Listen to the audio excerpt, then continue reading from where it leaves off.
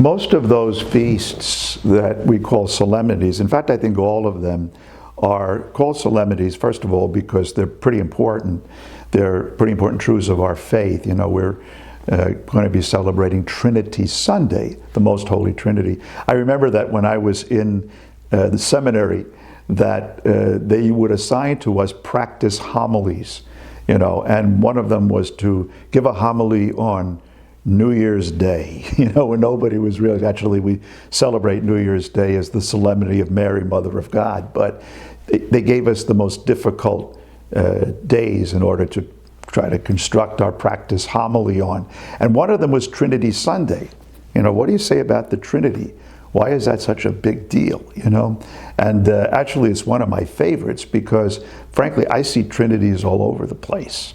I see that in a good marriage when you see two different people, different but equal, and then out of this union of two comes third persons.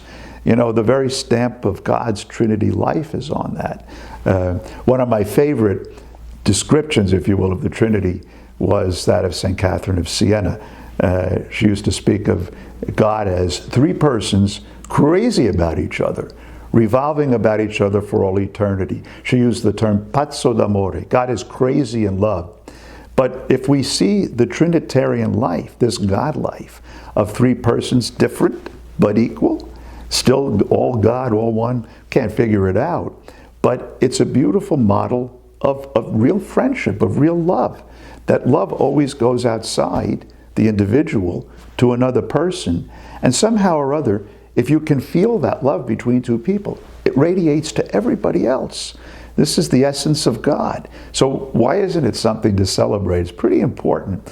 And to see in our own personal lives that pattern replayed, that our life as disciples is not all about me.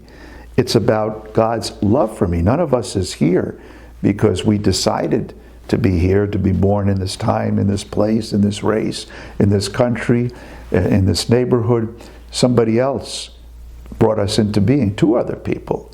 So we ourselves are images of not just God as some guy in the sky, but this radiant interpersonal love. And it is something to get excited about and to see that how when we do go outside ourselves, we create new life and enthusiasm in the life that's been given to us.